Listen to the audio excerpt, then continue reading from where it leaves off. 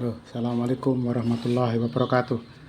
Para sedulur sekalian, untuk hari ini kita coba untuk menyervis mobil yang keadaan rodanya itu kalau dipakai berapa kilometer sudah panas. Ini sebenarnya cukup berbahaya karena bisa membakar, di samping kampas rem juga ban itu bisa meletus karena saking panasnya itu. Kemudian yang perlu kita ketahui, kalau kita biarkan ini juga berakibat pada tali kipas juga kerjanya terlalu berat, juga di bensin juga terlalu boros. Maka kita coba servis ya. Untuk pertama kali kita bongkar roda, karena ini pakai kampas cakram, kita bongkar roda depan ya. Roda depannya itu kita pakai kampas cakram, sehingga kita buka dulu. Nah, kalau roda belakang mobil-mobil umum itu pakainya rem itu, rem tromol. Kalau yang ini pakai rem cakram, sehingga kita yang kita servis kita yang pakai rem cakram, karena rem cakram inilah yang kita panas pada saat kita pakai ya. Kemudian kita siapkan kunci-kuncinya. Kalau di YouTube yang lain biasanya mobil seperti ini kita bongkar untuk roda, kemudian untuk kalipernya, tapi kita sebetulnya tidak perlu bongkar. Kita hanya menyervis bagian mana yang kiranya menjadikan rem itu tidak bisa membalik ataupun tidak bisa untuk mengerem begitu, atau mengerem tapi tidak bisa kembali lagi sehingga remnya terus panas gitu.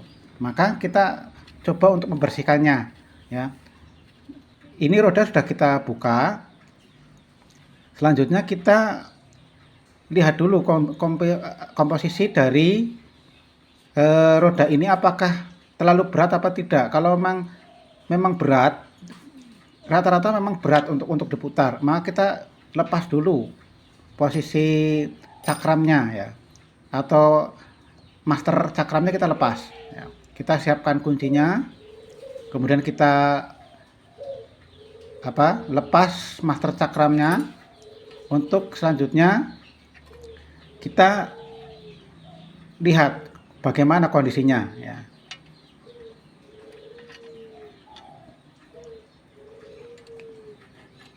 Kita sedang melepas bagaimana kampas cakram ini, terus kita cek ya. Dan tentunya untuk kampas cakram ini kalau masih baru ya cukup lumayan, tidak ada masalah. Tapi kalau masih dalam kondisi setengah pakai atau anggaplah sudah agak tipis, ya usahakan kita ganti kampasnya ya. Lepasnya kadang-kala ini terlalu berat, kita nggak disalahkan kalau kita pakai alat untuk mendorong ya. Biasanya kita pakai pemukul, tapi pakai pemukul yang lunak gitu loh. Karena apapun bentuknya, kadang-kadang kita pemukul dengan palu misalnya untuk melepas cakram ini dampaknya adalah bisa saja skrup yang kita akan lepaskan malah berakibat dol ya, atau slack. Nah, ini yang kita khawatirkan. Nah, ini kondisinya seperti ini saudara-saudara sekalian ya, atau para sedulur sekalian. Ini saudara bentuknya seperti ini. Nanti kita lepaskan dulu kampasnya ya. Kalau susah ya biasanya kita pakai obeng ya. Kita pakai obeng untuk melepasnya. Selanjutnya kampas bagian dalam tinggal kita tarik aja. Nah, untuk mengendorkan atau untuk mengeluarkan kaliper yang ada di dalamnya, pertama kita lepaskan karat kalipernya dulu. Nanti kalau sudah dilepaskan kalipernya, tinggal kita pompa. Kita pompa dari dalam ya. Kita pompa supaya dia keluar. Nah, kita bersihkan dulu. Kalau sudah keluar, kita bersihkan dulu. Kampas remnya kita bersihkan, kalipernya kita bersihkan, mohon maaf. Nah, ini seperti ini bentuknya, kita bersihkan pakai amplas ya. sampai bersih. Ya, sampai bersih, sampai tidak ada kotoran-kotorannya. Kemudian kita ya terserah kita lap atau kita bersihkan pakai bensin juga boleh. Tapi kalau saya pakainya lap atau pakai ya hanya pakai solar. Ya. Kemudian untuk mendorong masuk, kita buka dulu penutup oli rem yang ada di atas. Daripada kita melepas ini sih, daripada kita melepas apa itu baut yang ada di pembuka oli, mendingan kita kendorkan aja untuk penutup oli rem yang ada di bagian atas mobil. Itu kita buka ya. Kalau kita membuka oli rem dengan yang ada di bagian pembuka oli remnya, biasanya satu ya kurang pengaruh. Yang keduanya adalah oli rem itu lebih banyak keluar karena dari penampung rem biasanya dia akan turun, maka dia akan lebih banyak keluar. Oleh karena itu menghindari itu keluar, olinya keluar, maka kita lebih baik kita buka tutup oli rem. Nah, kita masukkan kembali ya untuk untuk kalipernya dengan menggunakan tracker. Nah, ini trackernya seperti ini ya. Kita pakai tracker untuk mengencangkan kembali. Ya. Kita tekan terus, kita ulir terus sampai mendekati pas lah. Kalau sudah kita masukkan dulu karet kalipernya ya, seperti ini. Kita pasang dulu, nanti baru kita tracker lagi sampai pol. Nah, tuh. Sampai pol. Ya, seperti ini kita lanjutkan terus ya. Sehingga menutup sempurna.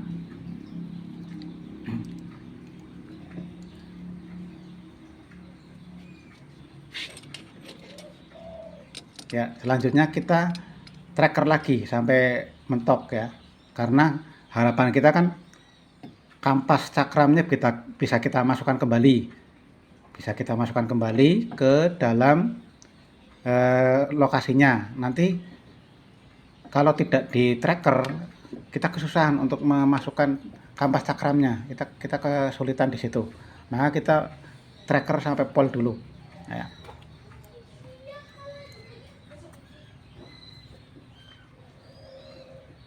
Ya, oke, sedulur sekalian, kita lihat sampai mentok ya.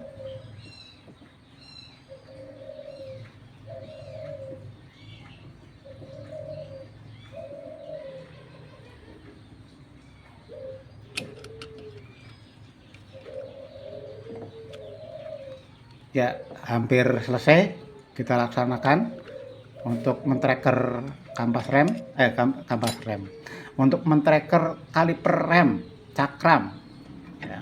Kalau sudah kita pasang kampasnya, mudah sebetulnya. Kampas bagian dalam ya kita masukkan dulu, kemudian itu kampas bagian luar kita kembalikan seperti semula ya. Sudah kita pasang ke bagian lokasi baut cakramnya ya.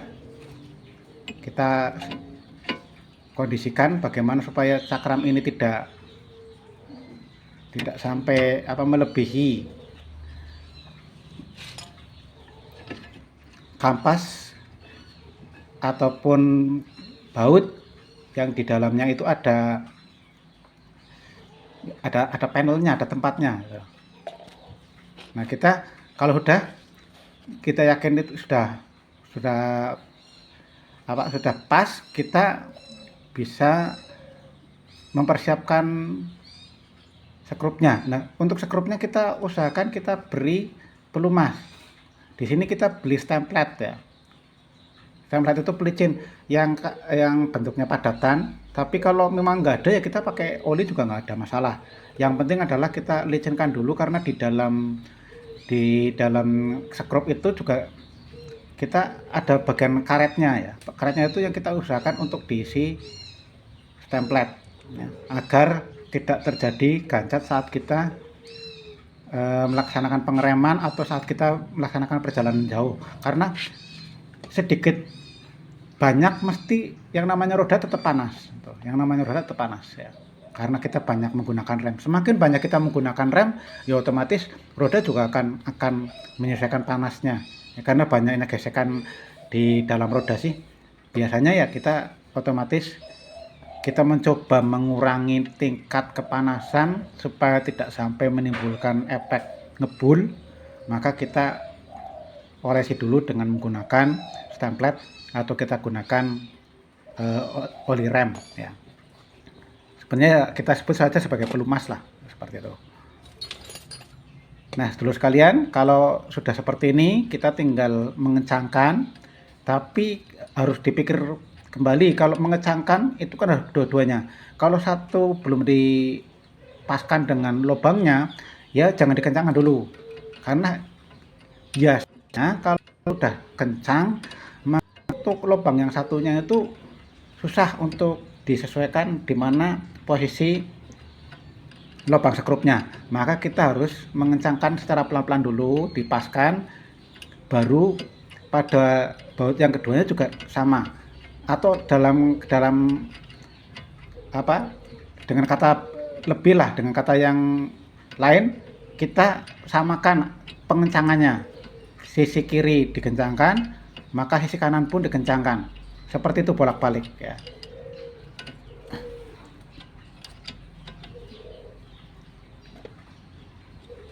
Ya, ini saya mohon maaf karena kita pakai kamera yang saya pasang di tubuh, maka bentuknya mungkin tidak maksimal. Tapi setidaknya informasi ini adalah untuk kita pahami bahwa saya punya mobil bekas, ya. Mobil bekas itu bagi banyak orang ya mungkin resiko. Sama dengan saya juga resiko. Tetapi enaknya adalah kita bisa mengotak-atik mobil bekas semau kita. Kalau mobil baru kita otak-atik, kita mungkin agak eman-eman. Tapi kalau mobil bekas, kita jadikan aja sebagai kelinci percobaan, dan masalah. Yang penting kita usahakan hasilnya itu ya cukup baik lah, seperti itu, minimal cukup baik, sehingga kita bisa memakai mobil kapanpun waktunya, kita bisa gunakan tanpa harus mengalami hambatan.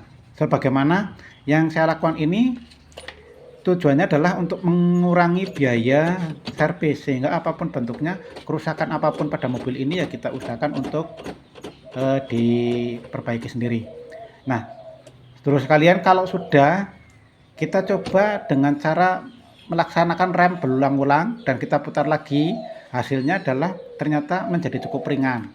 Biasanya saya setelah melepas roda, kemudian saya mencoba memutar piringan ini, cukup sulit, cukup berat, tapi ini insya Allah sudah ringan, sudah tidak ada masalah, dan kita tidak lagi berasumsi bahwa ini remnya gancet, karena memang pernah saya alami ketika saya ngisi bensin, tiba-tiba mobil ini nggak bisa jalan karena remnya itu terlalu lumayan berat. Maka ini kita coba servis supaya tidak lagi terjadi hal-hal yang tidak kita inginkan, ya. Nah, sedulur sekalian, kita lihat bahwa memang putarannya sudah cukup bagus, ya, cukup ringan. Tinggal kita lanjutkan untuk memompa supaya remnya itu ya tidak terlalu dalam. Terus. Kita pompa, kemudian kita lepaskan olinya supaya tidak ada angin yang terjebak di dalamnya. Ya minimal 3 kali lah untuk melepaskan oli dari dalam pipa cakram. Kita kocok, kita tahan, lepas. Kita kocok, kita tahan, lepas olinya, seperti itu, ya. Kocok. Ini masih proses, ya, proses, karena memang hal seperti ini kelihatannya sepele, tapi kalau kita tidak melaksanakan, ya biasanya olinya itu tidak sampai ke penampungan yang ada di bawah, sehingga rem itu terlalu dalam. Itu kalau tidak kita buang angin-angin seperti ini. Dan repotnya kalau kita ngerem dalam keadaan mobil yang remnya terlalu dalam, kita biasanya modelnya apa ya, mengerem berulang kali baru kita bisa mengerem, atau remnya dikocok baru kita bisa ngerem. Itu kalau terlalu dalam, karena anginnya itu ada yang terjebak di dalam pipa oli ya. Selanjutnya kalau sudah, ya kita pasang rodanya aja ya, kita pasang rodanya aja. Ingat, kalau pasang roda dalam keadaan masih di apa itu namanya, dalam keadaan masih didongkrak, ya usahakan kita tidak terlalu kencang, karena percuma kalau kita mengencangkan roda dalam keadaan masih didongkrak, mesti hasilnya adalah bukan kencang bautnya tapi rodanya yang berputar.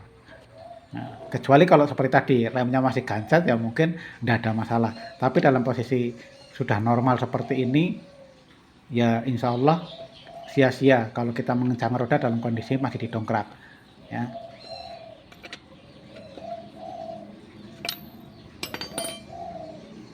Ya, seluruh sekalian, ini hasilnya. Saya coba setelah melaksanakan perbaikan di roda tadi ya, biasanya dipakai 5-7 km itu sudah panas banget.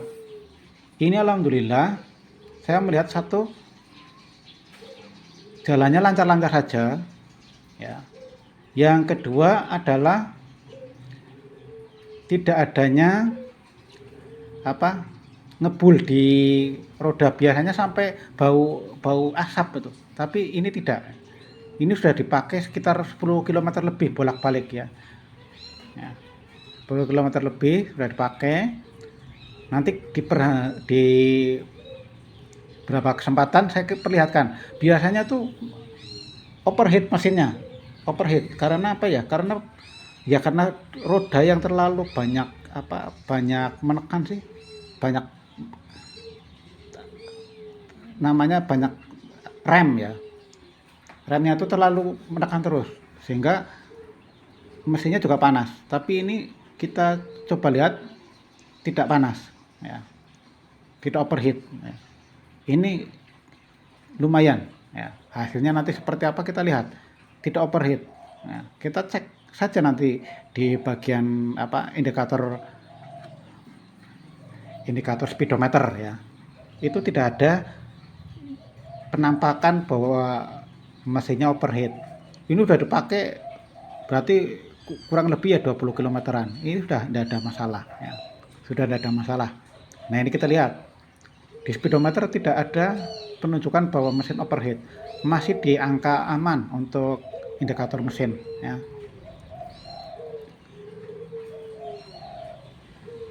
Kita coba untuk perjalanan, kita berhenti setelah 22 km-an ya.